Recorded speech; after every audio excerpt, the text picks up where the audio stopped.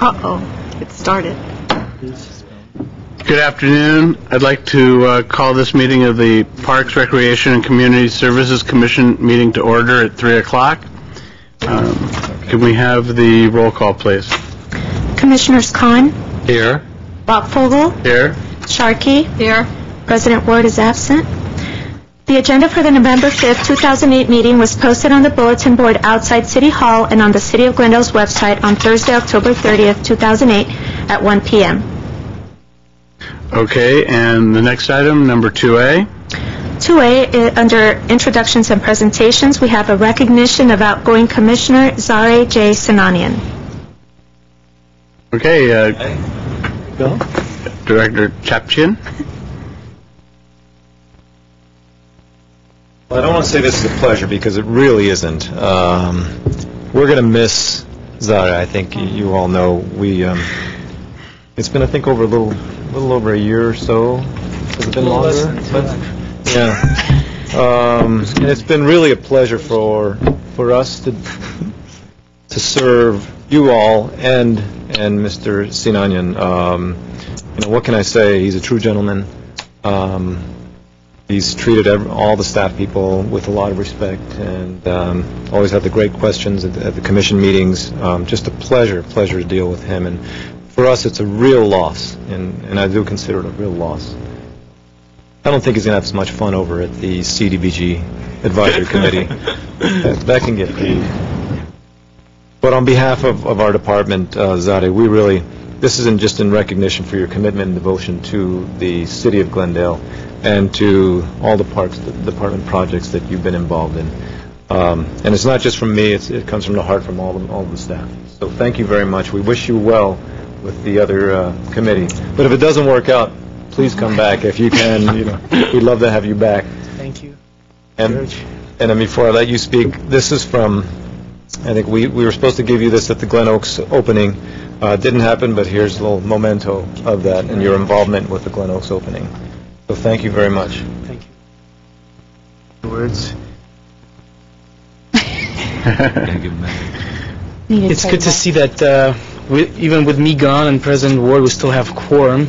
It shows the kind of commission we have, the best light.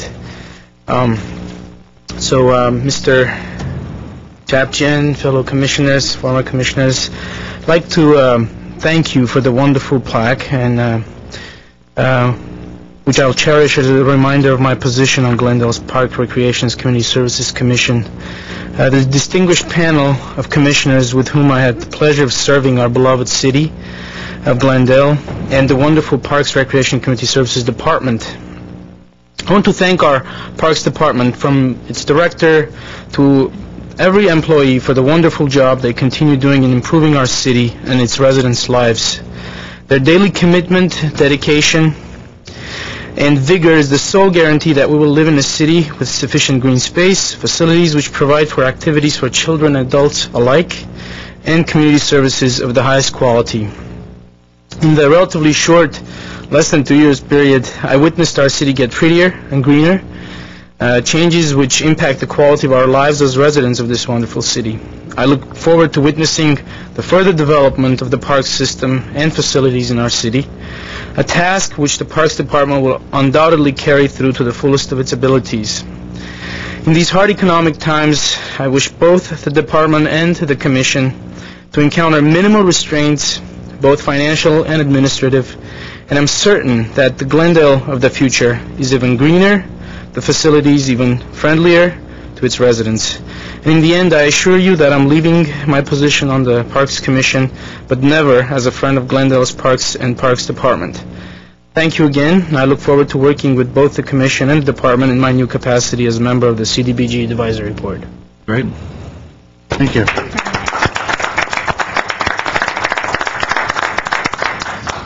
Anything from the Commission? They're lucky to have him. It's been a pleasure. I'm very lonely up here without you actually on my right-hand side keeping me in check. I appreciate that. Okay, item 2B. Item 2B, introduction of Maggie Kavarian, Community Services Coordinator. And I'd like to go ahead and invite both Maggie and Carolyn Fuentes up to the podium for an introduction of her new position.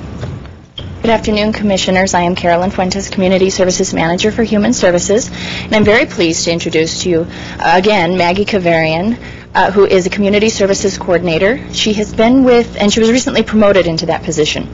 She's been with the City of Glendale since January 2006, and where she was hired in as a Community Services Specialist in our Senior Services Program. Maggie is the direct line that seniors in need see in contact with the City of Glendale.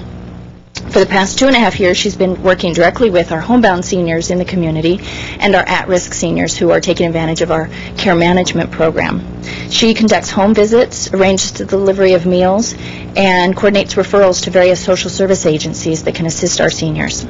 She's been very instrumental in developing a close relationship with other city departments, including police and fire dispatchers, GWP call centers staff, neighborhood services, housing inspectors, and the city attorney's office. And in fact, those agencies often call Maggie as a first line when they see a senior who's at risk of being evicted from their home or in need of medical attention. Maggie often finds herself witness to seniors in crisis being evicted from their homes at the hands of an abuser, don't have food available to them, or without a caregiver to provide some services in the home. Maggie has on more than one occasion found a senior in need of immediate medical attention and made the appropriate call. She truly enjoys providing service and seeing the direct impact on her clients' lives.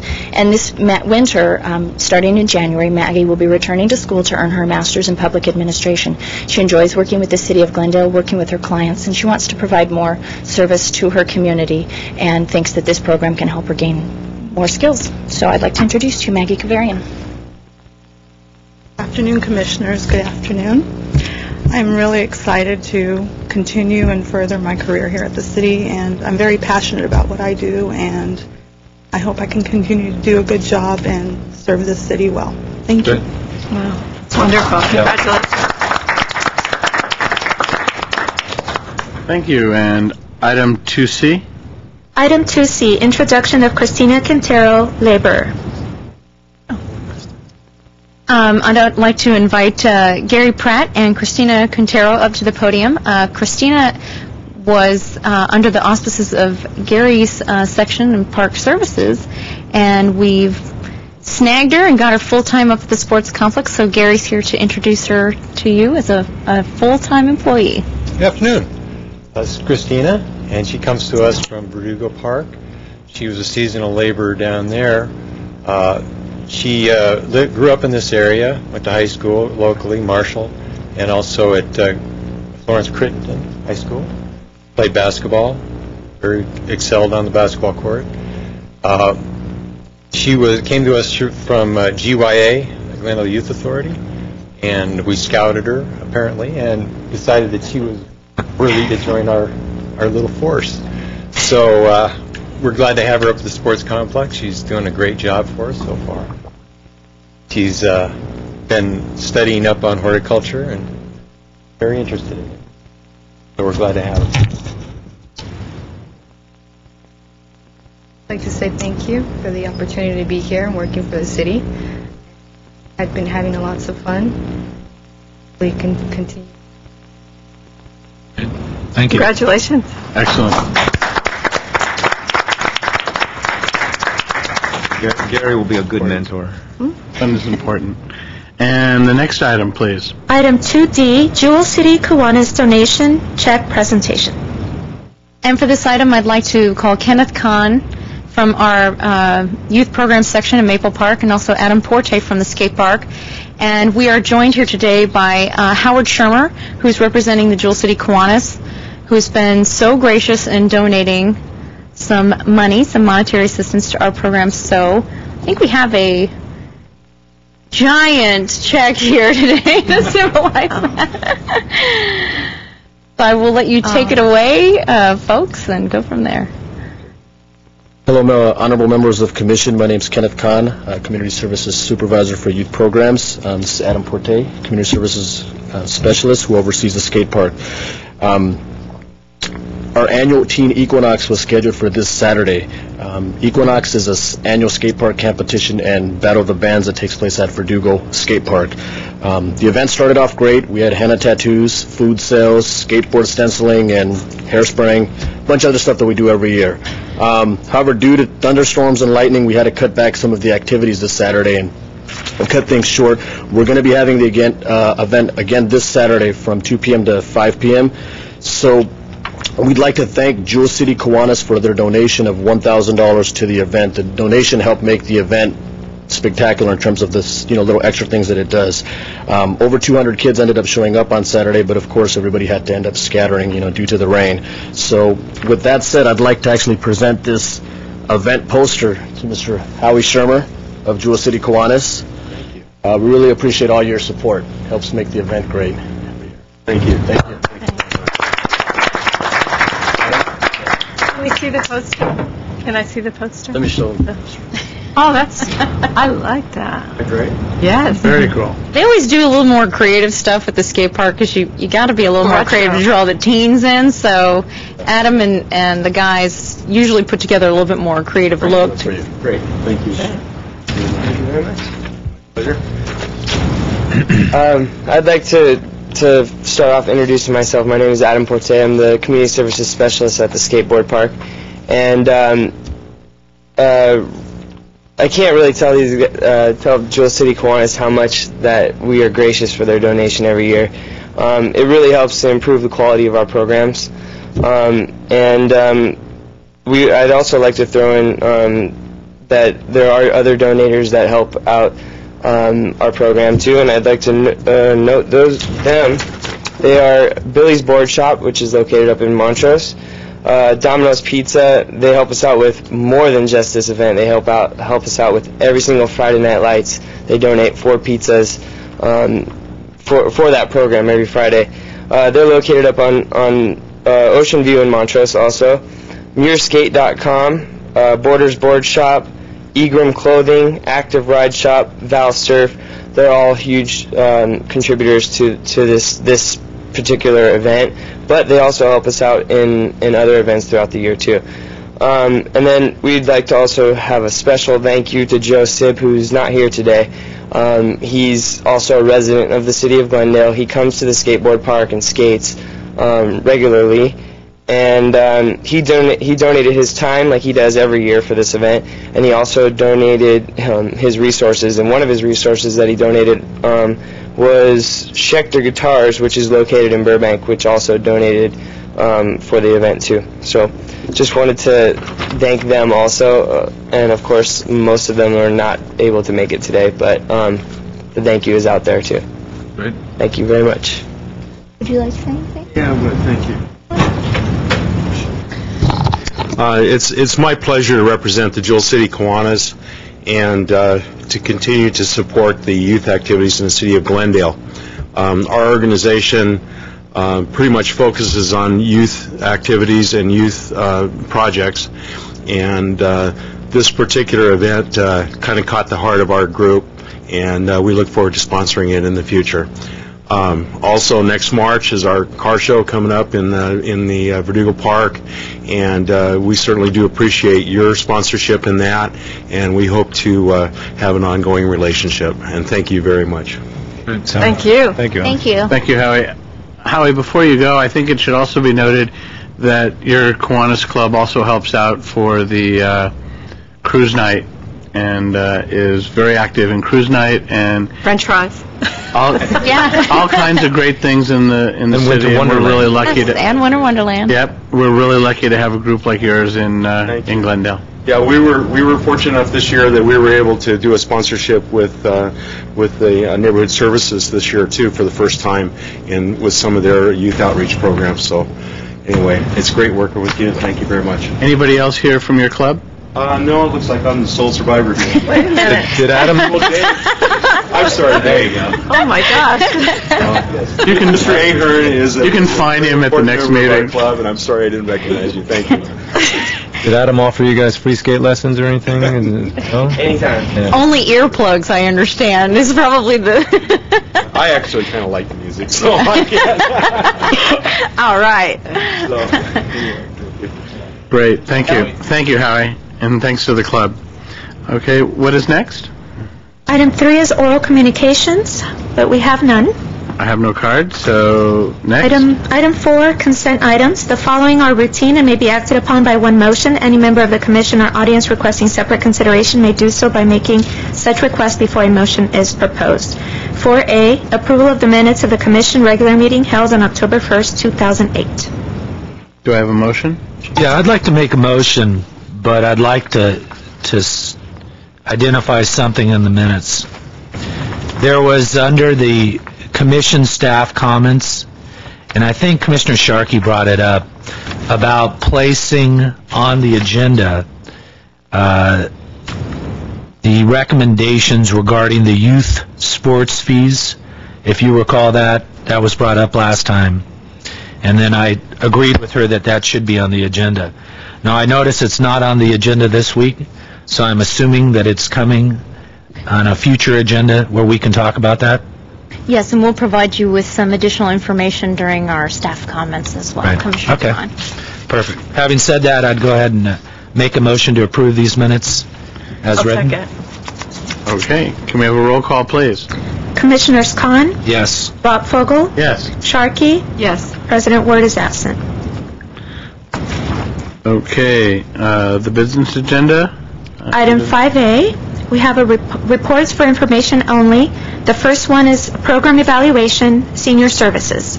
And I will ask Carolyn McCune to come up with her staff to give you the presentation. I'll also ask Carolyn to also talk about the Distinguished Site Award.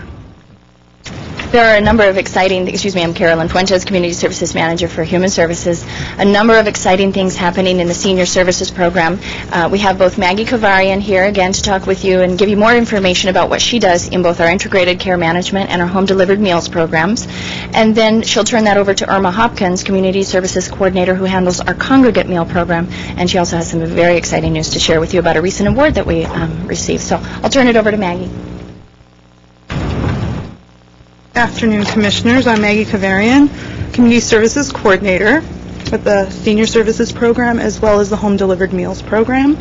I'm going to be presenting the PowerPoint to show you what we do in Senior Services.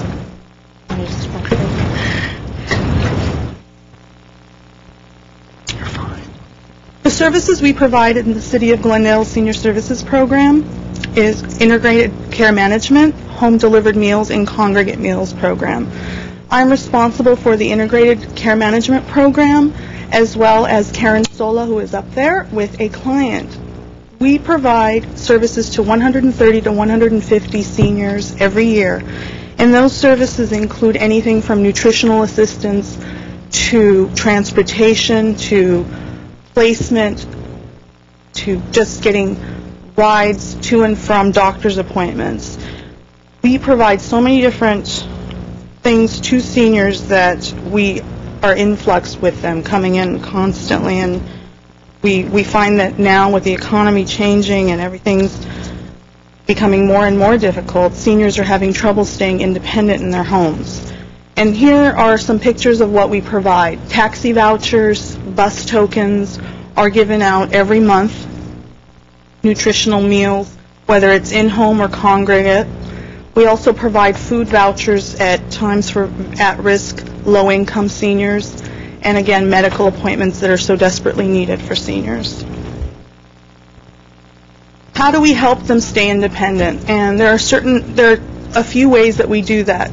Dial-a-ride services within the City of Glendale assist, as well as Access Paratransit, which is a LA County program for seniors who need to get out of the City of Glendale and have doctor's appointments outside at Los Angeles, in the Los Angeles area.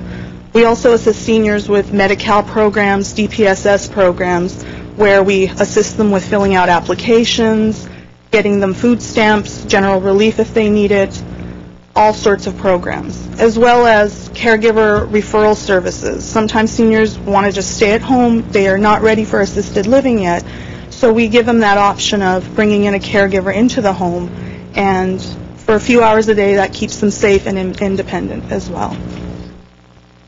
Where do most of our referrals come from? Believe it or not, most of our referrals come within the city, and we really appreciate that because it's so easy to work with city departments. For instance, police dispatchers, firemen, fire dispatchers, they send us emails, they send us phone calls, and we've built really good rapport with them, as well as Glendale Water and Power. When a senior's power is going out or their bill is overdue, we get phone calls from the department. And usually they're there to help. They just want their water back on. It's a dangerous situation, and we've had instances where they were using their barbecue, and that's not really that safe for seniors to be doing that when they don't have electricity. And neighborhood services has been great. We've been working with them as well. When seniors have violations like peeling paint or just hoarding issues, neighborhood services, they have some people who call us, and what we do is we go out and we coordinate with them, and we try to help them clean up the inside of the house as well as the outside, and then they won't be violated, or they'll correct the violations that they have. And we have success stories, and those success stories come with a lot of help from outside sources, like the Greater Glendale Council on Aging. They've been such a wonderful resource to help us financially. They've been helping us with a Thanksgiving food drive in the past, which is coming up again this month.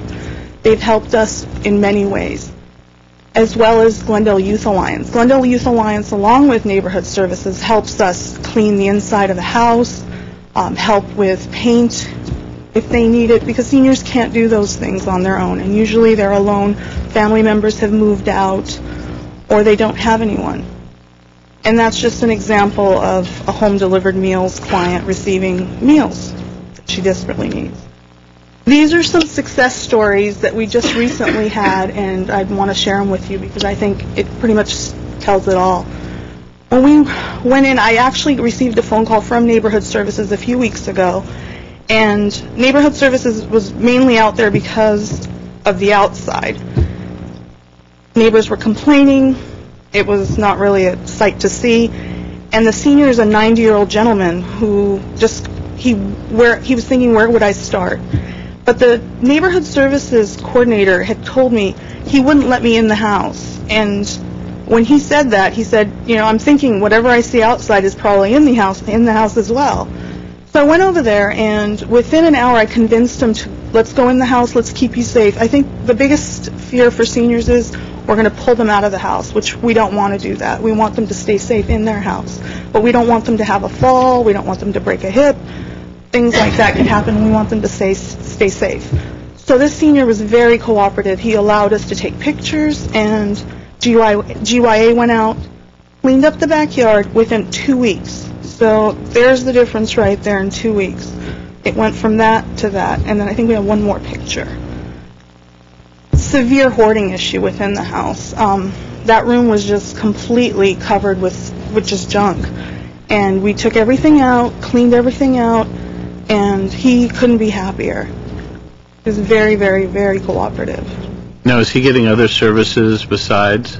Yes, he's in the Congregate Meals program as well, and he is starting to accept new services. It takes time with seniors. That's great. That was a really good story.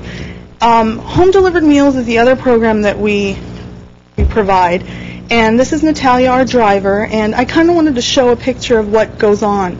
We deliver 7 frozen meals to seniors every week, and with that comes individual ice chests filled with ice, and those containers stay cool from the first delivery to the last delivery, and we take pride in that. And here's a senior receiving her meals, quite happy, very excited. As you can tell, she's very frail. She won't be able to leave her house. She lives on the 2nd floor. She used to come to the Congregate Meals program, but she's just not able to get in and out like she used to. So these are the meals she depends on. Maggie, what kind of increase have you seen in the delivered meals program? That is a very good question.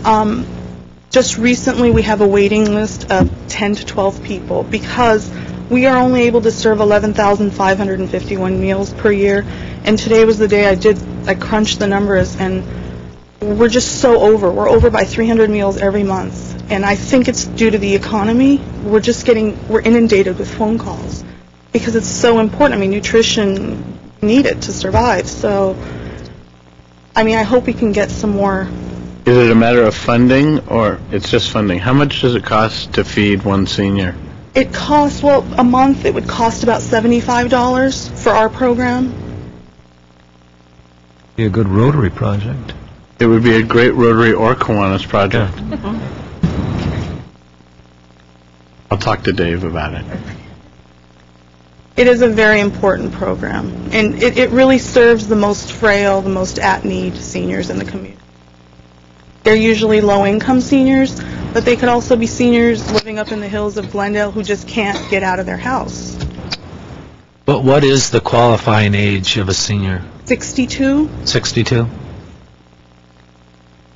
And like you said, it's not just low income, it's all income levels? Serve all income levels as long as they're homebound and there's no other way to get to a meal site or to get food in from other sources. And some of them do make donations. Yes, if they're not, they do. if they can, yeah, they can make the $70 a month.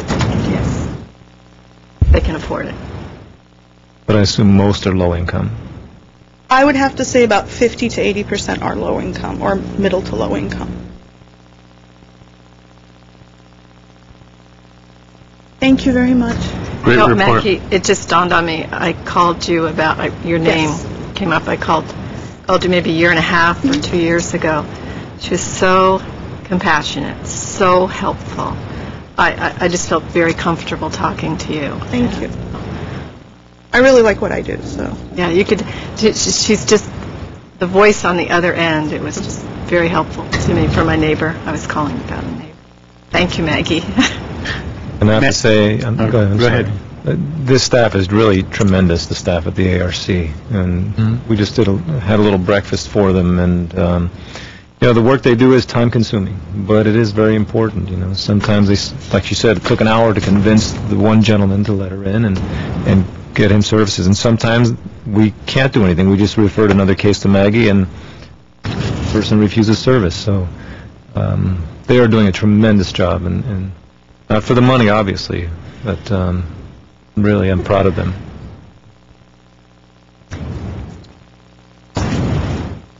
Good afternoon, ladies and gentlemen of the Commission. My name is Irma Hopkins, and I am a Community Service Coordinator for the Senior Nutritional Meals Program. As a coordinator, I am responsible for overseeing the program's operation. This involves writing and composing the master menu for the year, and each year we go into negotiations of providing a new menu. We have 3 facilities. Well, first, let me tell you about that menu up there. This is an electric board that you have to write in every single day, what's on the menu. And we found quite a few artists amongst our crew, believe me, and they are great. It's horrible. They're over there. You see the little fish? The little fish. And there's your lentil soup. And your strawberries. Very nice. They're very clever. Now, next, we have our chef, that cooks our meals, prepares our meals, our contractor every single day. And we have a volunteer over there preparing the dessert, that's going to be issued for the day. And the preparations, the food, of course, is at the main center, the Adult Recreation Center, and this food is distributed to Spar Heights and to Pacific. At the Adult Recreation Center, we serve an average of 85 meals daily, and on holidays, of course, that count goes way up, to 100, 180, 120. And at Spar Heights, we serve an average of 55 meals daily. Special events, of course, call for the numbers go way up. Pacific Park Community Center is our newest addition. We opened it July the 1st of this year. At the present time, we are serving an average of 25 people daily. The Pacific Park took the place of Maple at the end of June of this year. Most of these people from Maple are now coming to Pacific Park. Pacific Park also is situated in the southwest area of Glendale, and it provides the seniors with extremely great transportation. This program is designed to help the needs of our senior population. The seniors that come to these centers usually live alone, and this is the only well-balanced meal that they have daily. This also provides for them not only a nutritious meal, but a chance to make friends and socialize. When I put a meal together for a special event, I make them as authentic as I possibly can, whatever the event calls for. I research the menu so that the event or occasion corresponds with a diverse community in which we live. It seems only fitting to use all the resources of the richness which is provided by our seniors. It lends an opportunity for each of us to share the beauty of the best that comes out of their cultures. In this program, it also lends the freedom of using food as a main bonding source, and it really works. The county has a program project that is 4 years old. It is called the Distinguished Site Awards. It is like a contest that we enter. We are very proud of the fact that out of 108 county sites, we were honored the Distinguished Site Awards for 2 of our sites this year. We are pleased to say that out of 13 sites awarded in the whole county, we got two awards. We got an award for the Adult Recreation Center and for Spar Heights Community Center. And 2 years ago, in the year 2006, we made it at the Adult Recreation Center. We got an award there, and that program was only 2 years old at that time. And so we're getting to be quite pros, at working as a team, to get awards. Now, we have noticed a rapid increase in participation of all 3 sites. This could be due to the fact of the present economic conditions, which is affecting many of our seniors. If this trend continues, we will exhaust the 39,382 meals allocated for the fiscal year, and that would be very sad to run out of meals at this point. Thank you very much for your undivided attention. I have been to Spar Heights and the Adult Recreation. The food is delicious. At the Adult Recreation, it's always try the rolls, but I got my neighbor. She can't see very well, and so I set up Dial-A-Ride, and we went over to Spar Heights. She didn't want to go alone, and wonderful experience. It's very social, and food's great, and you do a wonderful job. Wonderful job. It shows. No wonder it's award-winning. Okay. What is next? The second report for information only is a program evaluation, senior recreation. And this is the other half of our senior program. We have our senior social services, which you just saw, and now Julianne Levion is here, and she's going to talk to you about our senior recreation component. Good afternoon, Commissioners. My name is Julianne Leviant, and I'm the Community Services Supervisor at the Adult Recreation Center. Me to work the arrows here? Or? Carolyn can. Okay. There are many different occasions to celebrate with the City of Glendale senior community. These recreational activities and celebrations take place at the Adult Recreation Center, Pacific Community Center, and Spar Heights Community Center. Some of these celebrations may be traditional, like Thanksgiving, Christmas, and Easter, or cultural events such as Armenian Independence Day, Cinco de Mayo, and Chinese New Year. We also have themed events such as Wild West Celebration, the Summer Luau, and the Election Day Party, and our most popular event, the 90-plus birthday celebration, where we honor those who have reached the magical age of 90 years and older. During the celebrations, participants are treated to theme-specific giveaways such as sheriff's badges for the Wild West Day, Polynesian leis for the summer luau, chocolate cigars for Father's Day, and much more. Each center celebrates the event on the same day and times. We also tried to have location-specific events given the demographics of each community. Our seniors participate in a variety of fitness and wellness classes, educational activities, and enrichment programming. We have a large group of seniors who attend monthly excursions to places like Solvang, San Diego, Temecula, and Palm Springs. Our excursions range from a $20 trip to the Salsa Festival to an $85 trip to see the Glory of Christmas at the Crystal Cathedral. Each excursion has its own attributes which justify the value to its customers.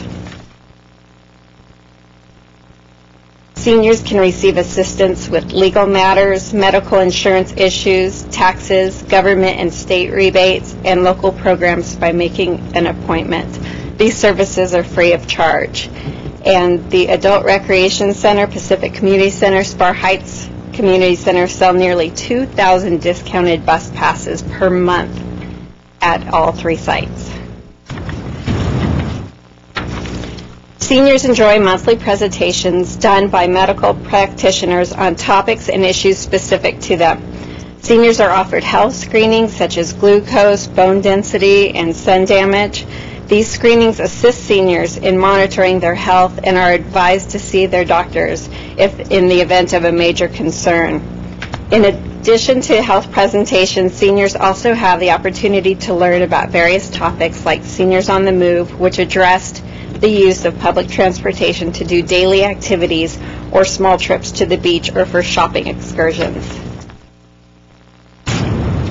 Our seniors are well versed in political science, contemporary word problems, philosophy, ethics, and ancient civilizations and money management. These classes that are provided take place on a weekly basis with no cost to the participant. In addition to the traditional aerobics and Tai Chi classes, seniors are encouraged to get fit with the use of Nintendo Wii and the Wii Fit. This allows them to compete with their friends with no physical impact in such sports as bowling and tennis. Together with the Greater Glendale Council on Aging, we can reach out to the professional community and ask for their participation in health fairs, donations, and contributions. The senior services volunteers play an important role in our activities and programs. The age range of our volunteers is from 16 to 99 years old. Volunteers lead in crafts, help decorate for celebrations, assist at the front desk, and help serve lunches. Currently, Glendale has a senior community that is 28,000 strong. By the year 2020, this number is going to triple. The City of Glendale Senior Services, as a result of the programs it has in place today, is confident it will meet the demand of the community in the future. Thank you very much. Great report. Any comments? Thank you. I have more of just a kind of a statement rather than a question, because I think it relates more to both the senior services and senior recreation. I think, like we learned with the senior services, you're seeing more of an influx because of the economy. But I don't think it's just going to be that for the seniors. I think when we start seeing this population age, and we look at the baby boomers, and we see them age, I think all of these services are going to be taxed. I mean, not just in terms of the number of meals, but the programs that you do for recreation as well. And I don't know how we could, and maybe you already are, start looking at or projecting out that in 5 years from now or 10 years from now, we're really going to see a significant increase in these programs. And so I don't know how we can now start planning for that. So it's more of a question maybe for George than it is for anybody else. And I know we did that when I was in Pasadena. We did a senior master plan, and that you can do a master planning process where you bring the community together, look at the demographics, look at the trends, and start planning for 5 years, 10 years. What are the needs going to be at that time? What are the demographics? So that can be done. That's something we can embark on, and we should be embarking on at this point.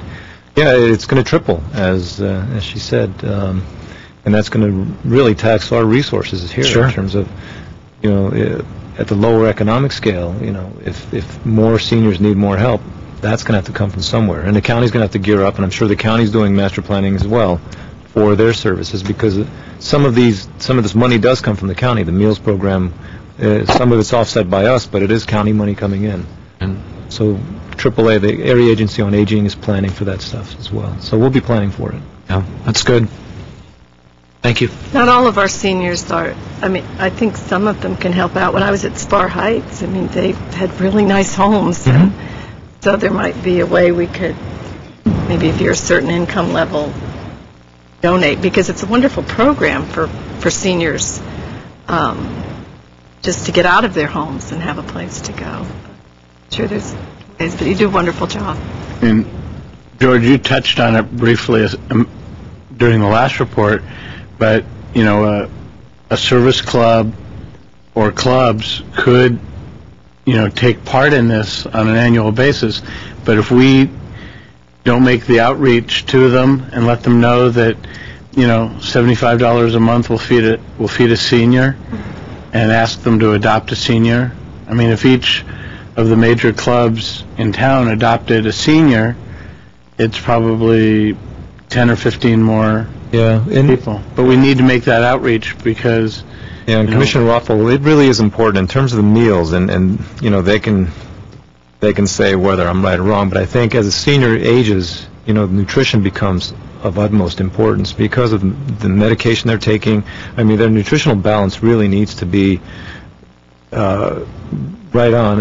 Unlike a younger person who can go a day or two without eating well, seniors do have to eat well because of all the other the medication associated with and the atrophy and the muscles and that type of thing. So the sooner we can get someone or a service organization to help, I think the better. We shouldn't let anybody starve or be malnourished. And then there's a slide down, and they end up being institutionalized, and we don't want that to happen as well. And I would just like to make one additional last comment that I'm very proud of my folks over here in our senior services and senior recreation program. They are the heart of what happens in our community, and everything from Irma's attention to the menu. When I've worked in other cities or counties, I don't know anyone who has solicited requests, made such an attempt to try to beef up the menu by providing such a nice variety of cultural and authentic foods to the participants, to Maggie's care and attention to the homebound seniors, and Julianne and Sevag over at the ARC who provide all the fun and the activities. It's really a joy to go over there. Your face almost hurts when you leave because it's so really cute and lively to see them all getting up and dancing and having a great time. So Carolyn and her folks do a really nice job. And I just want to say thank you for all you do. And that is a real job because the meals are, I think, there's a certain caloric intake. There's some nutritional contents that have to be in there. Mm-hmm. So to really divert from what the county's doing and still be able to get them the nutrition they need is well. And make it taste good. It tastes good. That's right. Great. Item A3, please. Thank you. Item 5A3, potential fee increases for tennis concessionaires. Yeah, this is after what happened with the last one. I'm not sure we want to go down this road, but we have been looking at the tennis concessionaire, and I'll let Joanne and Brittany present this item, but we've had, I think, a contract with the tennis concessionaire since 1999, if I'm not mistaken. Mm-hmm. And literally almost just about 2 years ago, we actually bumped up the CPI on it. And they've been paying the same for 12 years. But at this point, though, it's time to look at this fee and assess whether or not this does need to be bumped up. There's some certain practices that the coaches have been doing that are netting them more money, but not necessarily coming back to the city. So I asked Brittany and Joanne to take a look at this and make a presentation. And the intent really is, let's hold some meetings before we make a recommendation. We learn from the last. I was Yeah, going to, exactly. It's like, let's That's hope our first question, huh? we take a little time. the recommendation would be to the commission So is... I'll start taking notes down. So, Commissioners, as George stated, I'll invite Joanne Vendito to come up to the podium. She's our Community Services Manager in charge of our sports programs. So we are taking a little bit of approach to the fee at this time. We're bringing a recommendation of a future proposal. What we have, Joanne and her staff have gone out. They've done the research of our benchmark cities and looked at the information. And so we do have a proposal. However, there's no action by any means today. What we'll do from here is we will, based upon Commission's direction, we will do a variety of community outreach methods, including going to the coaches and the participants, letting them know of what we're looking at, and then at our next commission meeting, give them the opportunity to come in and have public comment. And then if we so desire, we could have action at that meeting, or we could even have action in January based upon their feedback. So we are definitely taking a little bit of a slow-down process and, giving the Commission a little bit more direction to us as to how they would like to proceed forward. So with that, I will let Joanne at least provide you with a report on what she has come up with to date, and we can go from there. Joanne? Honorable Commissioners, thank you for the opportunity. The City of Glendale has 37 tennis courts that we operate. We have 3 locations, one being Central Park, and Central Park is the location that will be going down because it's located with the Adult Recreation Center. So the other 2 facilities are Glorietta and Fremont Parks. These are the paid concession, these are the paid courts where the vendor takes care and is responsible for doing all the scheduling of the courts and collecting the funds and the fees. Well, since the early 1990s, we instituted, the City of Glendale Parks Department instituted a fee base for these courts, and it has not increased since then. Well, the upkeep on the courts has, and we're having a very difficult time with the cost of the operation. The lighting is going out regularly. The electrical is not what we'll call modern. And the courts need refurbishment regularly now. So we need to basically increase our fees in order to keep up with what we have to do to maintain the courts, which is where the money goes. The money goes right back into helping with this refurbishment. What's happened with the other courts, the public uses all the other courts. There are no groups that are allowed on the other courts. We don't permit any of the other courts at the other facilities. They're scattered throughout the City of Glendale, a court here, 2 courts there, 1 over here. At these particular facilities, what has happened over the years, we had tennis, which was greatly popular, and this is where the paid tennis court idea came into play. And then it waned. All of a sudden it went down, and then no one's playing tennis. So what has happened is groups and tennis pros have basically taken over courts with clubs, with tennis court lessons, group-type lessons, some individual lessons, and for the mere price of $4.50, you can spend an hour on a court and teach anywhere from 1 to 10 people how to play tennis. So we have pros and groups dominating courts where the public doesn't have those opportunities on these particular facilities. Now, these particular facilities are designed for income. And so we do encourage the public to go to the other courts that we have that are, a lot of them are within a mile or 2 of each other. So there are opportunities for the public to go play tennis. Glendale High School also has their courts open on the weekends, and the public can play there. Glendale College has a membership club that you can join, and you can go to Glendale College and you can play tennis there. So there are a lot of opportunities for the individual person to play. This particular model is, we're going to ask, we'd like to take a look at asking for the fee increase based on what it's costing us to refurbish our facilities, to look at our lighting and upgrade our lighting. We need to, just as we were talking about parks and refurbishing park grounds and athletic fields in a few weeks ago, we're looking and talking about our tennis courts now, and how can we possibly look and see how to refurbish what we have. So with this, we're looking at the fee increasing, and you have the proposal in front of you, the fee could possibly increase to from $4.50 an hour per court to potentially $4.50 per person, or $4 per person. Of course, the rate proposal is, the proposed rates are $3 per person per hour, and for non-residents of Glendale, it would be $5, and it would be $2 per person for seniors 60 years of age. This is not far off of the $4.50 rate per court. And if you take a look at the chart that says fees for tennis courts usage in comparable cities, you're going to see that we have Burbank, Santa Monica, Pasadena, South Pasadena, Costa Mesa, all these different cities. We're comparable, or we're still at the low end for court usage. Court usage averages anywhere from $6 to $10 for a court. We're still at the low end. When you put two people on a court and you charge $6, $3 a person, you're going to have a comparable fee. We're still at the very low end. We're not impacting seniors at all. We're actually creating a discount for seniors when they're going to be using the tennis courts.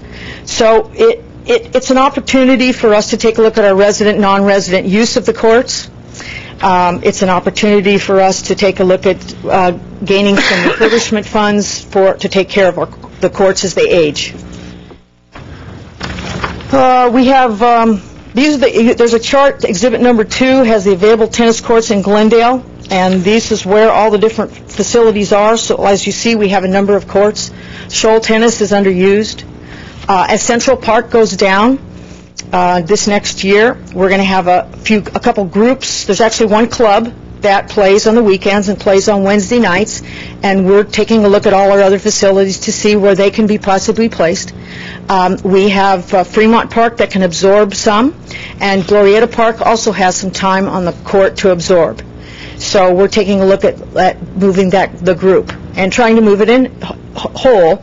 Shoal Canyon is another opportunity, and they gladly would love to take the group, but I guess the cell sites aren't receptive too terrifically up there, and so the group doesn't really want to go up there. There's a lot of doctors and nurses that use their cell phones in that particular group. So that becomes difficult for them because they're always on call. So these are our opportunities. This is the chance we have now with Central Park going down to take a look at what are our users, who they are, and how we can better distribute group use among the courts that we have that are paid tennis courts, which will be Fremont and Glorieta, the two left. I had a number of questions for you when I was looking at this report. First of all, just for my own understanding, you mentioned, and I'm looking at this Exhibit 2, where there's a number of parks that are listed. And you just talked about how there will be 3 that are that you pay, that are set up for pay, and that's for the maintenance and also for the lighting you mentioned. So, for instance, if I look at Montrose Park that has lights that I'm assuming that you also have to maintain and that is free, is that budgeted now, or how is that working as opposed to some of the others that we're asking people to pay for? Yeah, it's part of our maintenance budget. On an annual basis, we'll refurbish 1 or 2 courts on an annual basis. Now, of course, our maintenance budget keeps going down, but it is our responsibility to maintain it, replace the lights when we can. We do have money in the capital projects for park development or park upgrade. So whenever there's a park upgrade issue like that, we do have money for it.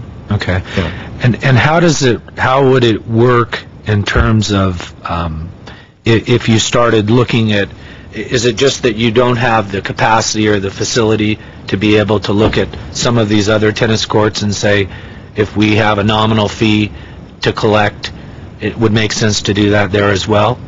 Well, the courts are somewhat neighborhood-type courts.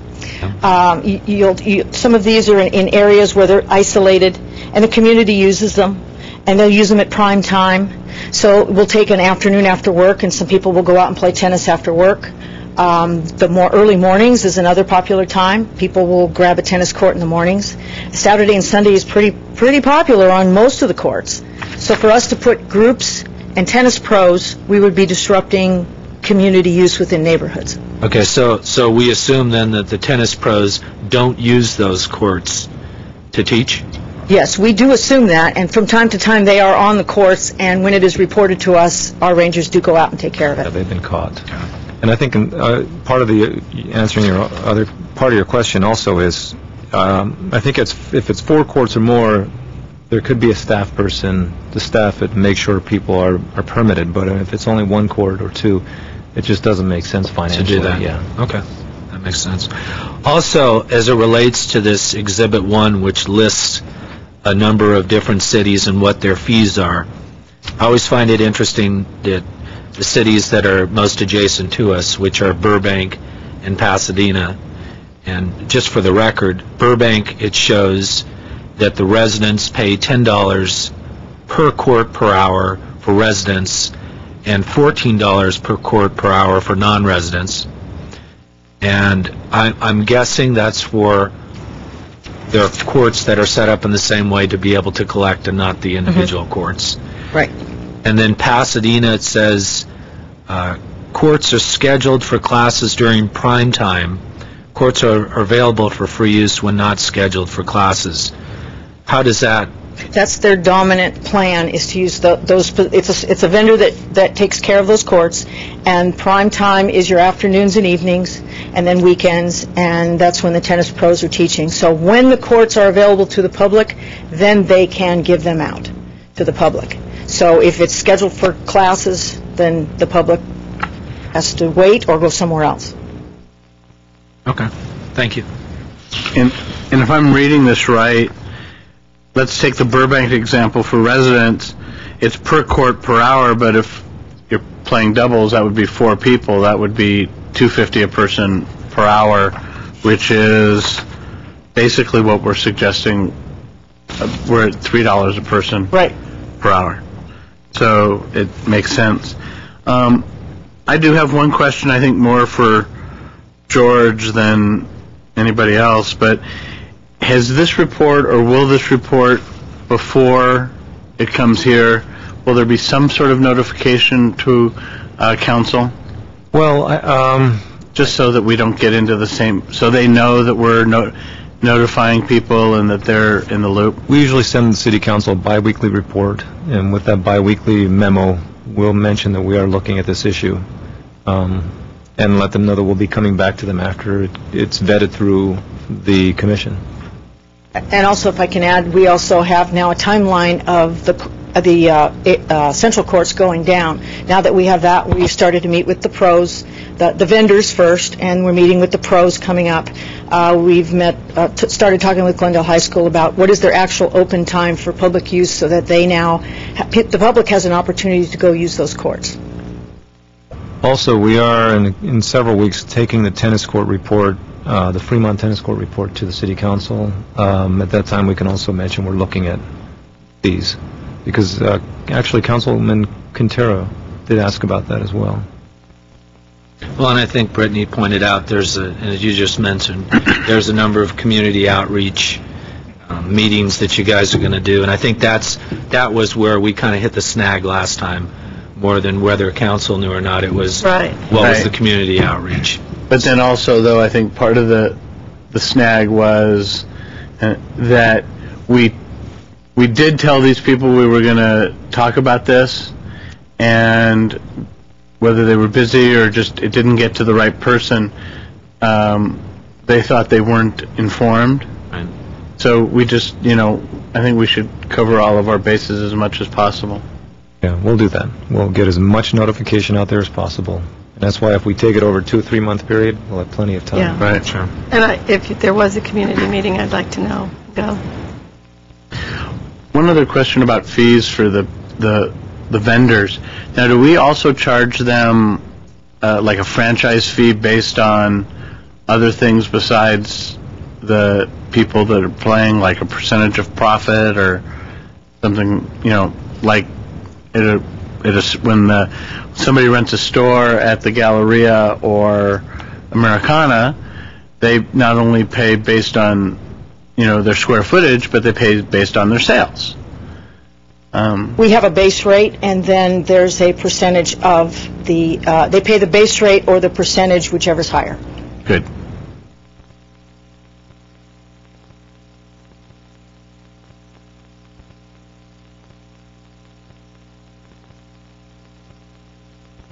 Right.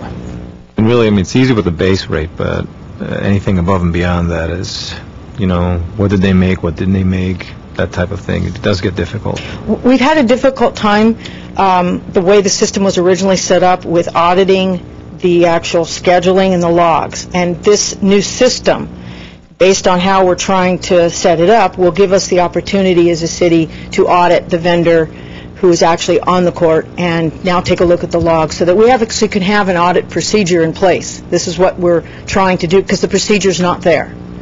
And so this will be as somewhat of a checks and balances, and that's more what we're going to. We were going to be moving into a bid process for Fremont and Glorieta, and Central Park just happens to be going down, or Central Park would be a part of that bid process. So with Central going down, we have to find room for groups, but the bid process would still continue on coming up at the end of the year with the other two facilities. And Shoal is its own. It has its own concession vendor set up with the city. Great. Any other questions or comments? The only other comment I'd add is based on what the staff is recommending for the proposed rates, that I know you're going to do community outreach, but looking at it comparable to other cities, it seems very reasonable what you guys are suggesting. That's my last comment. So we can put this on the agenda for next month and notify people they can come here Sure. for the commission and provide input. Okay. Thanks. Thank you. Great. And what is next, please? Item 5A4 is a Rock Haven update. Well, I guess I can give you an update. I thought Coco was going to be up here. You were at that same meeting that we were at. Okay. You have a better understanding. We are contracting out with a group called the Architectural Resource Group for about $31,000 to do a historic assessment of the site. And part of their scope of work would be is to take a look at the gardens, to do a full history on the site, looking at the gardens, the buildings, and doing an assessment of what is historic, prioritizing that historic significance by building and by garden, because our understanding is the outside area, the gardens, are just as important as the inside area at this site. So they'll do the research, the history, they'll provide photos, they'll be doing interviews, talking with people, and at the end of this, in about 3 months, we'll get a report back from them on a full assessment of the Rock Haven site, with the intent of actually perhaps opening up a portion of it to the public sooner than later in terms of the gardens. We met with them Monday, I think. We were very specific that we'd like to open up some of the gardens to people so they can start enjoying it. So what they will do is they'll look at the gardens first, and the historic significance of the gardens, the type of plant material that was there when it was open, and what we may end up reproducing that gardenscape, maybe cordoning off some of the buildings, and just allow the public to enter. That's in a nutshell. That's where we're at with Rock Haven, and I think you all took the tour of it, so you understand. This was a good report. And I think it's wonderful to keep Rock Haven out there in the forefront. Mm-hmm. And then there was one negative letter, and then I believe it was Mike Lawler with the La Crescenta Historical wrote just an excellent letter to the news press. Yeah.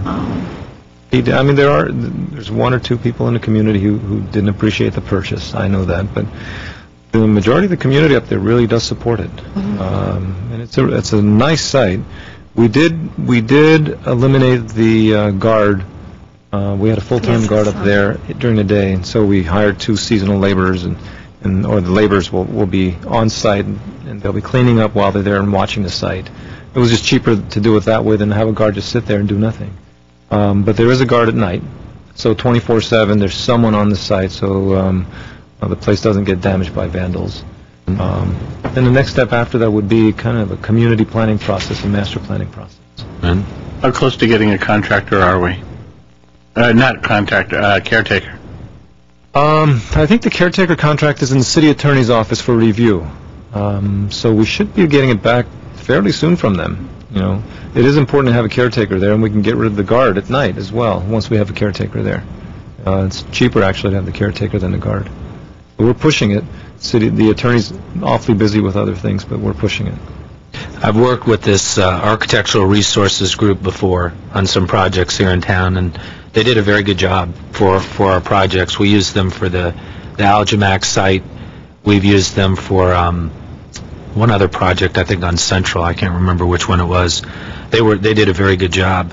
One of the questions I did have, and I was looking at this staff report, was they have a bullet point, and it says determine the alteration history of each building, assess the integrity of each building using National Register guidelines, and assess interior and exterior features. And I'm no historic preservation expert at all, but I know there's national guidelines, and I also know that there's state and local guidelines. And in this case, it may actually be more applicable to look at it kind of from a local guideline perspective. And I don't know if maybe that's a question you could ask this group, or they may say, well, we're doing it even from a larger or greater perspective that will encompass that. But I would think that if there's going to be any historical data, it would be more local than it would be, say, on a national register. I agree, and we will ask them that question. They are experts at historic assessments, so... Sure. Because usually I see that the national, state, and local, and I didn't see that in this. I just saw it said national. And I think there are different standards for each. One is a little bit more stringent than the other. I will ask them about that. Great. Yeah. Thank you. Anything else? No? Okay, what is next, please? Item 5A5, monthly activity reports. The first is a Recreation and Community Services report. I'll turn this over to Brittany, and she can give you the report. Okay. Commissioners, this afternoon, the monthly activity report includes a few pieces of information. The first being our contract class report, and this is we try to annually take a look at our contract class attendance in a variety of ways. In this particular month, we're looking at the number of new students versus returning students. And from the chart that you have on page 1, the nice thing is that we do have a large number of returning students over the past few years. Comparatively from last year to this year, the number of returning students has almost doubled. So we do see a decline in the number of new students. However, the students that we have been able to reach out to and get into our programs are not only sticking around, they're sticking around longer. So this is very encouraging to us. We continue to always try to provide the widest variety of classes, opportunities, and experiences to not only draw people into our program, but to keep them around. And we did have a few of our longer-standing classes go away this past year due to a death of one of our instructors, if you recall, and then also we had another long-term instructor who needed to care for his wife who was terminally ill. And so it is nice to see that some of those classes that potentially could have been lost, we were able to find some new instructors and retain those students and keep those classes going. So it's just been a really nice experience. In terms of our Halloween events, this year we had a number of Halloween events. We have our Halloween Hoopla, which takes place at Pacific Community Center, Freaky Friday, which is at Spar Heights, and that event just continues to grow and grow each year. It's really exciting. Maple Park Costume Contest, that has been in effect for several years, and then the Montrose Spooktacular event. Just to highlight these, the Halloween Hoopla, it is a collaboration between not only our recreation staff but the staff of the Edison Elementary School, and they just continue each year to build upon that. The teachers are very involved, and in turn the students get really excited. It takes place after school on a Friday usually before Halloween, and they have a whole bunch of carnival games and costume contests, and it's just a really neat experience for kids and their families. At the Spar Heights Center, as I mentioned, that event grows annually. This past year They really set up the stage at Spar Heights with some spooky, skeletons that were hanging around, I'll say, and all the staff got dressed up in costumes as well. And so that was a really nice time, again, for those families. Some really cute video footage that we were not able to get onto GCV6 today because of the format, but just really cute little cakewalk and musical chairs and things like that they did. It was really cute. And then the Maple Park Costume Contest, again, this takes place every year, has been going on for a number of years, probably between 10 to 15 years now. And we still get about 75 children that participate in the costume contest, and then you add on all of their parents and family members that attend the event as well. Yeah, so we are seeing a trend coming more into the community centers and parks in a safe situation.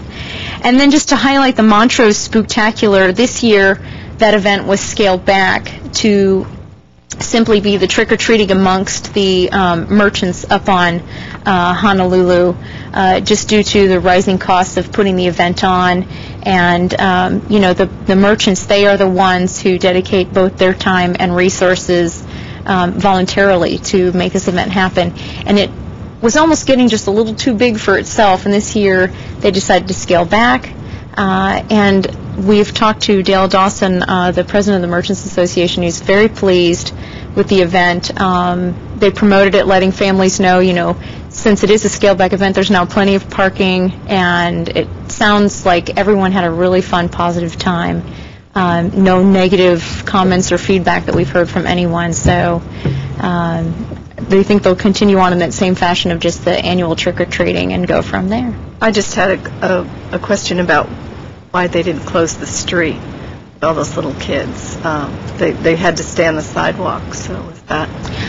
I know that wasn't Parks and Rec decision. Right. And Commissioner Sharkey, I think that was simply due to trying to keep the costs down, because when you do close off a street, then there's the rental of the barricades, and the city does require that you have to have police officers stationed. So I think they were just trying to, again, reduce the cost, and then we found out that one of the county parks was hosting a big haunted house, so any calls that we got, we were able to refer those folks over to that park, which was just a mile and a half down the road. So it seemed like everything went off pretty smoothly. It did. I took my daughter, I have an 11-year-old daughter, I took her to that.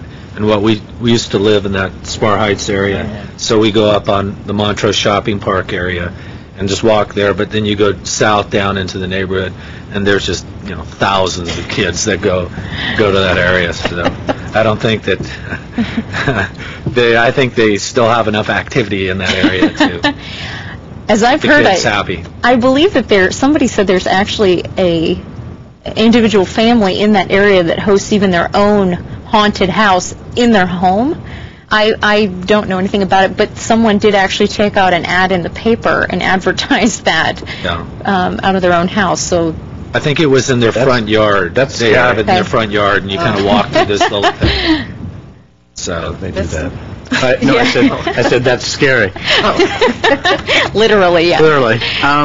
Just going back though to the contract classes, 435 people in the fall.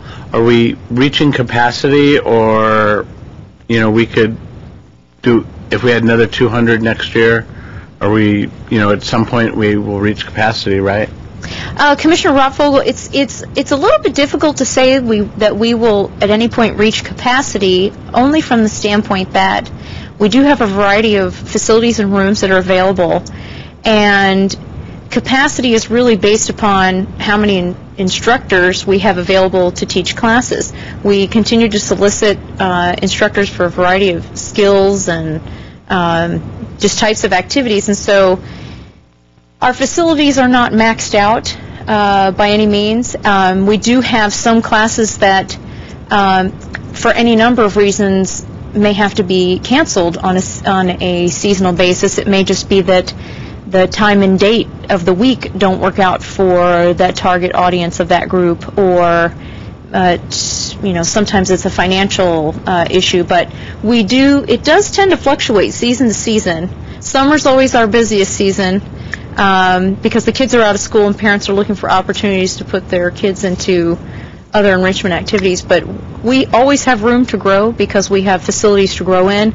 And then even beyond the facilities, we can always use some of our park locations for dog obedience classes, Tai Chi classes, boot camps in the park. So there's a number and variety of activities that we can do outside as well as inside. So good. And this is an area we do want to grow because it does make money and puts money in the enterprise fund. So we want to push this area. All right. What is next? CIP projects and park rangers. Hey, Mr. Ahern, we'll throw this over to him and talk about all the fun projects. We will, and we'll keep it short for you. We have two projects to give you updates on today. I can give you an update on our playground project, which is now being wrapped up, and Sean Toro is the project manager on that. I think all of you know Sean. Sean's worked for the department for several years. He comes to us with a background, an extensive background in construction. His family is part of McCormick Construction, a well-known firm in the business. Sean also spent a lot of time working on the design and development of the skate park, and he's kind of our expert in that area. So offers a lot of expertise. Really? As much anymore. And knows the business and knows what the kids want in those facilities. And largely, his expertise helped us design a facility that's considered one of the finest in the country, actually. So Sean brings a lot to the CIP program, and he'll tell you about what we used to call monkey bars when many of us were kids, and now that's a little more advanced. Thank you. Good afternoon, Commissioners. My name is Sean Toro. I'm an Assistant Project Manager for the Parks, Rec, and Community Service Department. Let's see here. This is an update on the playground equipment replacement project. This project, we placed the playground equipment at 7 sites. So 7 parks have new playgrounds coming into action. The project budget was $780,000, included purchase and installation. We began in early July '08, and the final site is scheduled to open here hopefully mid to late November. So, and I have some slides I want to share with you. Starting with Wilson Mini Park. This is the before picture of Wilson Mini Park.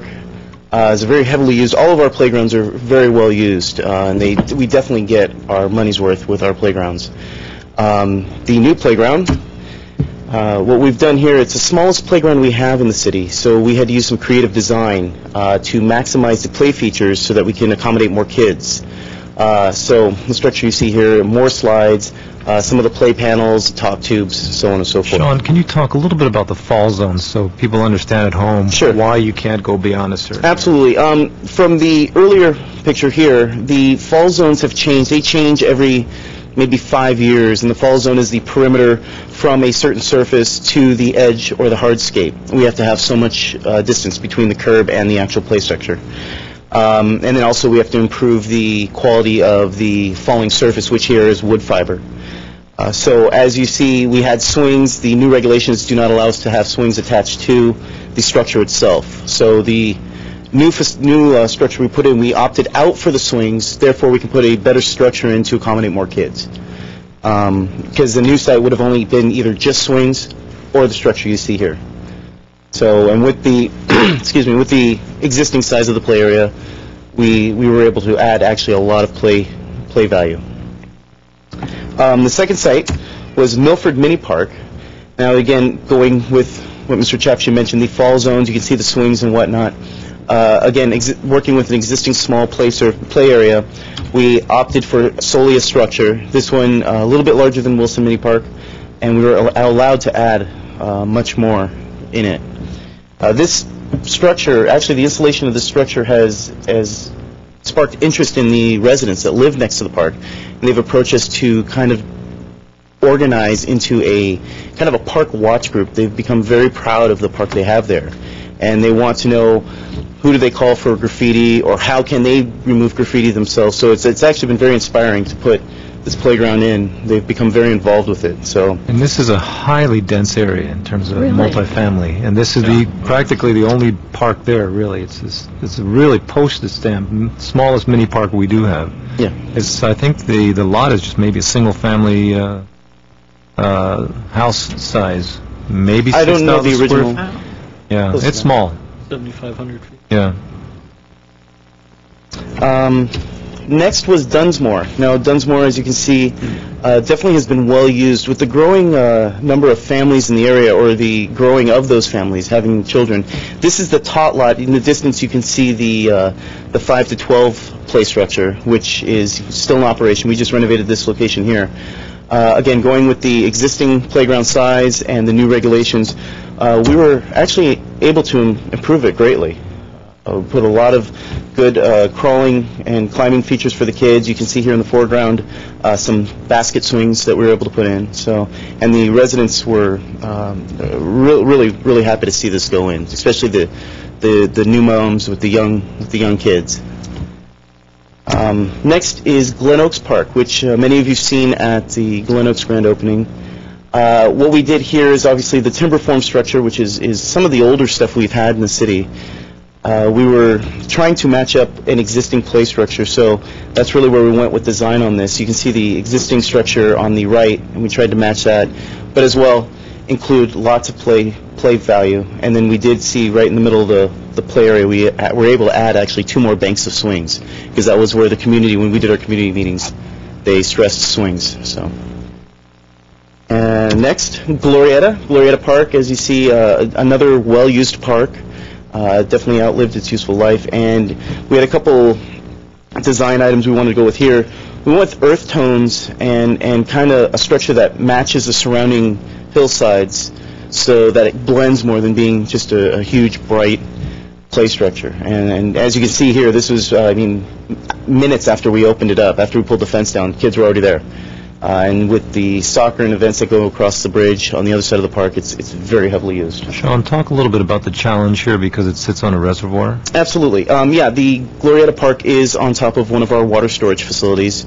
So therefore, usually our footings go into the ground 24 to 36 inches, sometimes depending on the height of the structure. Here, we would find the top of the concrete deck of the water tank at 24 inches. So we had definitely an engineering issue.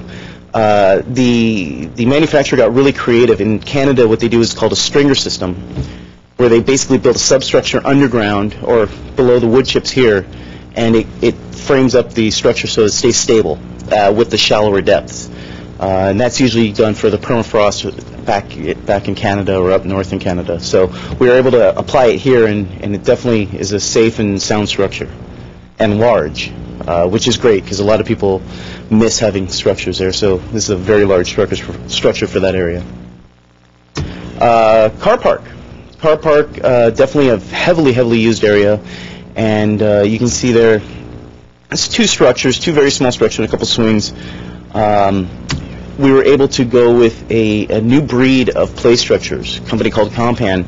And it's really a creative play system. And with the high school being close by, we thought, okay, we got the bigger kids that tend to go there after school or summer, weekends, whatever. So that's the structure we selected. Also, it matched some of the structures that we had from the Adams Square Mini Park project that we relocated from that project. And we also did a huge amount, and Gary will attest to this, a large amount of drainage, because that site has such an angle to it that whenever it rains, it would wash poor Gary's wood chips away. So we installed a wonderful drainage system. So, and last but not least is Fremont Park. Here's the before. Again, an old structure. Now, Fremont Park being an old park, one of our first parks, we wanted to go all out with this site. It's actually one of the largest play areas that we do have in the city. So you see here, we were able to go kind of real futuristic with it and get some of the newer stuff that's available. You can see kind of the new rendition of what the rocket ships used to be. The company has actually designed a new system that works.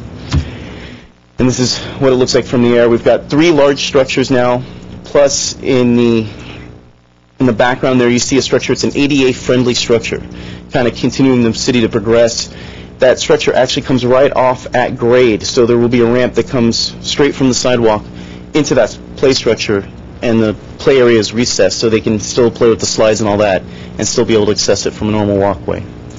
And finally, what we've installed there is what's called a Rock of Gibraltar. It's a true form climbing element. that is basically what they use on Hollywood sets. And the kids now, you can kind of see how it's textured. You can climb from any angle, and of course, given there is about 14 to 16 inches of wood fiber, so it isn't that tall. That does go in underneath that. Okay. The project was complex due to the multiple locations, unforeseen conditions, and working with the existing shapes of the playgrounds. But however, we're very close to completing the projects, and the projects that are open have been well received by not only the residents but the kids. So if you have any questions, please, I'm here for questions. I've got a question. Yes, One of the exciting things about being on the Parks Commission is they send you this monthly magazine, and in this magazine they're always encouraging the reuse of materials and green building techniques and all the other good stuff. When we purchase this equipment, and I'm kind of looking around the room, are we factoring that into, do we purchase that type of play equipment, or is that type of play equipment much more expensive, or how does that work? I'll turn it over to Dave and Sean, who've been dealing with this. Commissioner Khan, the primary thing that we look at in purchasing this equipment is safety. So that's really the driver. Price certainly is the other factor, but safety, and there's a whole, I can tell you in 6 months I've become acquainted with a very expansive and technical array of requirements for safety for this equipment. And the California standards, as you might guess, with all standards, California tends to have the highest standards. So that really becomes the driver. There are some recycled products out there, or many of these products have recycled components to them. There's also a new product that's being used. It's, for lack of a better term, it's recycled tires, where they take the tires and essentially chop them up into fake wood chips. And so that's something we've just been looking at recently, as it's a product that we might be able to use. And again, we have to look at what that means in terms of ADA accessibility. Does it meet the standard for an ADA surface and that? So we're aware of it, and we're looking at it, but it's not always the easiest thing to use. Sure.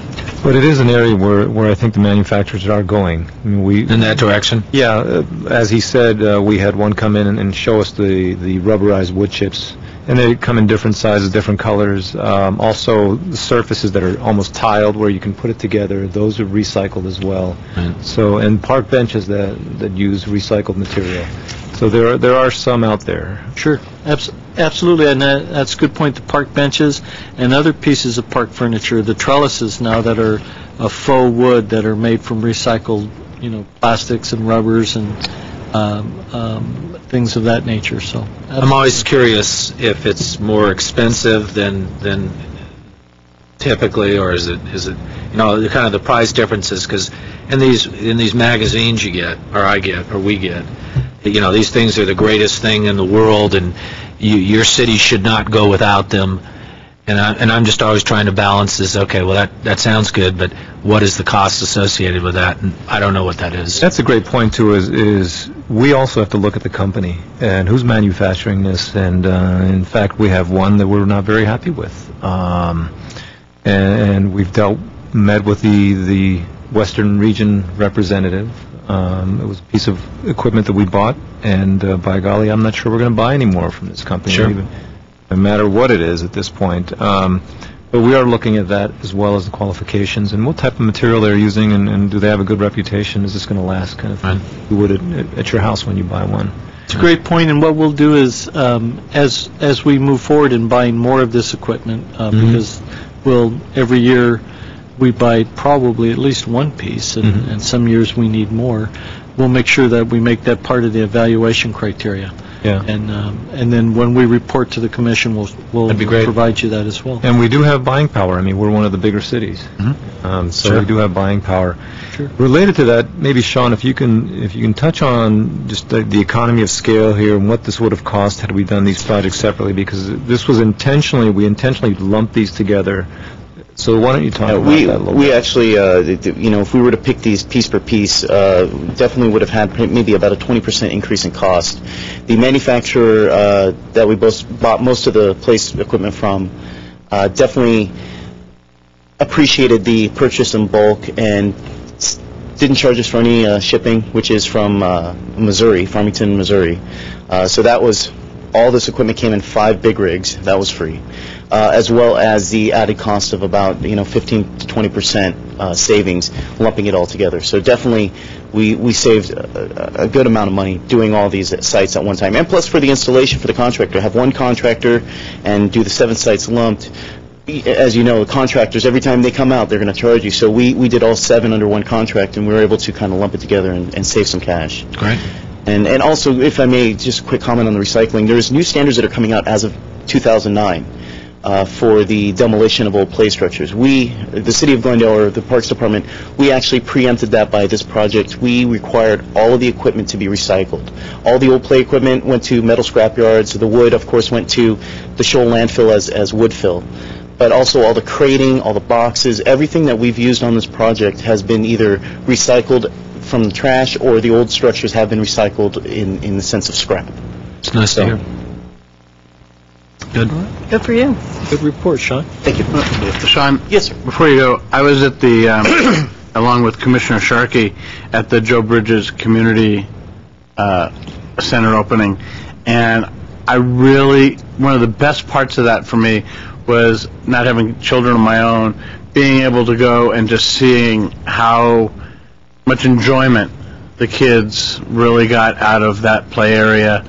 And I'm looking forward to my niece who lives down in Orange County and having her come up and taking her over either to Fremont or to one of the other parks. They look really great, and the kids are really, really enjoying them. Yeah, I got a 3-year-old, and he's my test subject. And the weekend we open it up, he and I are out there, and yeah, that's a true victory on some of these. It's a plus of the job. But yeah, she's got 7 destinations she can go, 7 new parks that she can try different ones. So. Yeah, your little 3-year-old's adorable. Oh, thank you. And Takes after his mother. The playground equipment was wonderful. Thank you. Great. Thank you very It was much. like a whole new park. Yes, definitely. That, along with removing the caretaker's house, opening that up. Oh, the and, caretaker, that whole, it just looks brand new. yeah. Great job. They all did a great job. As long as we're talking about Glen Oaks Park and Joe Bridges Clubhouse, I believe Mr. Chapchian has 2 plaques for Commissioners Khan and Sharkey.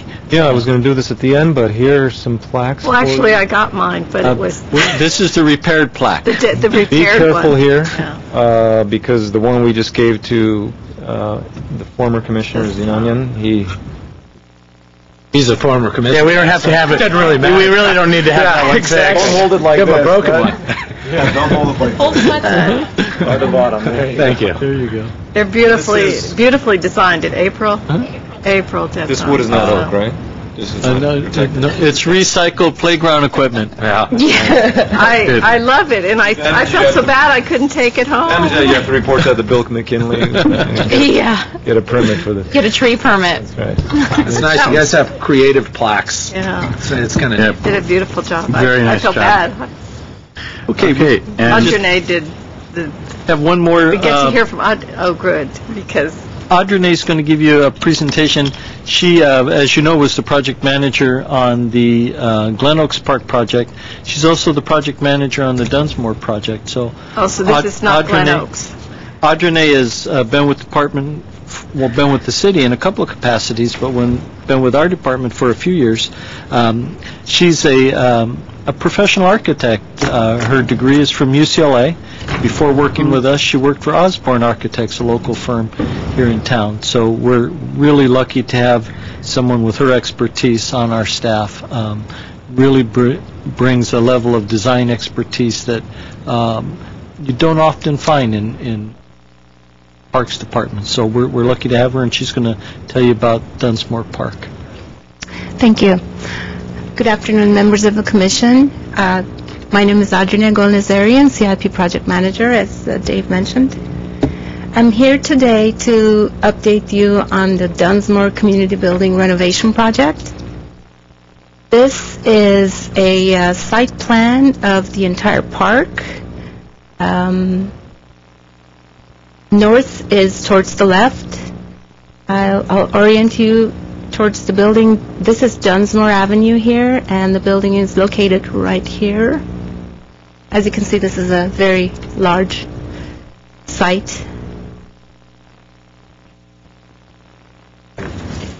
This image is the original architect's rendering of the building. The building actually went through a major remodeling in 1959, and this is a rendering of the architect's vision. The architect's name was Victor Meyer, as you can see. This is the before image of the east facade, the south facade. This is the western edge of the building, from looking towards the building from the street, and that's the north facade. The building had sustained a lot of water damage from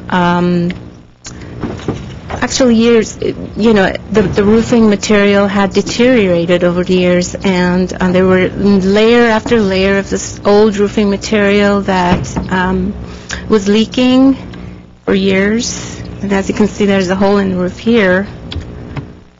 The leaking led to a lot of damage, including this area, which is the kitchen, and the ceiling was, it fell through. As we began demolition, we encountered, we actually excavated some wood siding, and to our surprise, this siding had been exposed to moisture over the years, and we were surprised that the building had not collapsed. This is something that would seriously cause some structural damage. There's a close-up of the old siding that had been buried in fill along about 40 linear feet of the eastern edge of the building. The remedy was to shore up the building from the inside and the outside. This is the outside view of the shoring. And on the left, you can see the formwork that was required to restore, or actually pour a whole new stem wall and foundation system to restore the structure of the building. These two are views of the pavement. We poured new paving, concrete paving, and new stucco was going up in this view. So next we had to tackle the roof. We took off about 4 layers of the old roofing material, and actually it wasn't in a terrible shape. The roof framing was not too bad, but we saw where the original dormers were located. You can see here evidence of the old dormers. And we also replaced the siding on all sides. This is, as you can see, it was in terrible shape. We replaced the wood siding with a composite material, which should withstand the weather a lot better than wood. Audrina, I'm sorry. We're going to have to move quickly because we have to be out here at 1:15, I think. Sure. The camera's shut off. I'll go fast. Okay. We installed half-inch structural grade plywood sheathing throughout the building. And here you can see it's a view of the new roof. So this is the interiors of the main community building. This is community room number 1.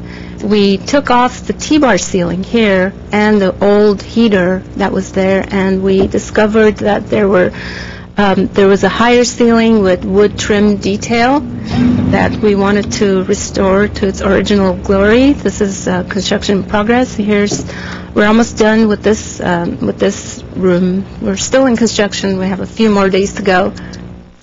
So we restored to the original design of the ceiling. Here's the same room with the new flooring. This is the other room. That's a smaller room, community room number 2, that, as you can see, sustained a lot of water damage in this view. And here's new flooring and the repairs that were done in this area. We're still under construction. We're not done yet. The old women's restroom, this is before, and that's a view of the after. We enlarged the restroom and outfitted it with the ADA compliant fixtures and accessories.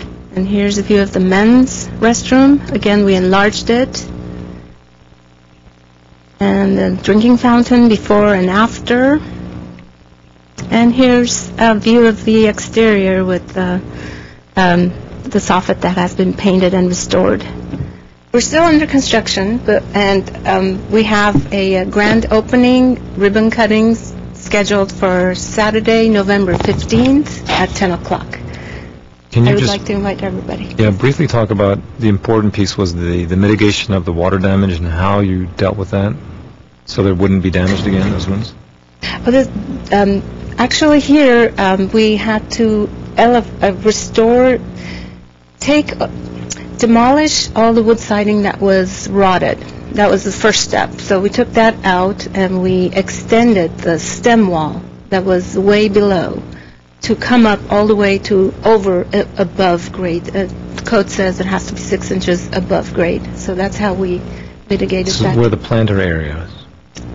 The planter area is towards the north, right, and that's where the water had gotten in the smaller room. That's where we had to obviously take the planter out, and we them to understand what you did, so right, the planter. So there won't be water damage again. Yeah, exactly. We fixed the problem that caused the damage in the first place. Commissioners, as you can see, this is a big undertaking, and we talked about this before. Each thing that we touched, you ring the doorbell and the window fell out. I know. And so as she went through this project, she really met some challenges and brought some system solutions for the long term for this building. So she ran into that at Glen Oak, the Joe Bridges. Same thing at Joe Bridges. And I have no doubt. And with that, along the way, Gary's. Huh? With all of Audrey's work, Gary's team worked hand in hand with her and did a lot of work that we didn't have to contract for. So it was really a team effort from the whole Parks Department to put this building back into shape so that Brittany's staff can put it to use in the community. Great. Thank you very much. Thank you. Thank you. And speaking of Gary's staff, do we have time? He has one thing. Just going to let you know that we renovated 2 ball fields. One was at Montrose Little League, and one was at Sports Complex. One of my managers, Lou McLaughlin, is a sports field expert or professional that we completely removed well over 350,000 square feet of lawn, ground it down, laser graded both fields, and laid brand new infields and outfields on both fields with 100-foot rolls of sod from West Coast Turf. They're both been finished. Montrose was finished about a month and a half ago. Sports Complex was finished about 2 to 3 weeks ago. The Sports Complex did their own removal of sprinkler heads as well as my crew did it at Montrose.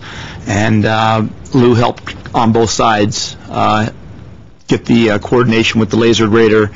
And shortly right thereafter, West Coast Turf came in and laid the sod. So both fields are brand new, brand spanking new. Nobody's been on them really until hopefully in the next couple weeks, or see how they hold up now. But there's all brand new sod, and it's all Bermuda grass. Great. Well, that was item 5A, 5C. And so the next item is... At 6, we have commissions and staff comments. Did we skip 5B? No, we did 5B. We did 5B. That was Mr. Ahern. And the park rangers? We really don't have any major updates for you on the park ranger program. We are just beginning to embark on a little bit of stepped-up enforcement in the chess park in the downtown in cooperation with the downtown merchants here through the holiday season. So we were just meeting on that today. We'll be coordinating with the COPS unit as well as the merchants and economic development program out of redevelopment agency. Any other commissioner staff comments? George? I just have one if the commissioners are done. I just have two real quick. One is my daughter did the duck splash. She's part of the K-Kids, and so that was very exciting for her, and it was exciting to go to. The second thing, I'd like to commend Commissioner Rob Fogle for stepping in to be the chair today. I think he did a very adequate job. Thank you. Probably would have rated him higher had he worn a coat or tie. But I hope tape is off. speak of that later. I hope tape Anyway, is she did a off. very good job. Thanks. Steve. You're next. George, I think he's done. Briefly, just so you know, you all know the situation with the state, and the city is facing similar budget times. So at this point, we're discussing potential budget reductions. So just so you know, I can't say exactly what it is at this point. We may have to come back and look at 5% reduction in our department, which could be substantial. So as we do that, we'll come back and let you know what the impacts would be to that. Right now, we're holding vacancies. We're freezing vacancies. Unless they're essential, then we'll end up filling them. But if they're not essential, we'll freeze them for a while. See what happens. And next year may be even worse, depending on how the economy goes. So you all know I'll keep you updated as we progress on this. Sure. Thanks. That's it. Thanks. Okay, any written communication? No, we have none. And a motion to adjourn? So moved. Second. We are adjourned.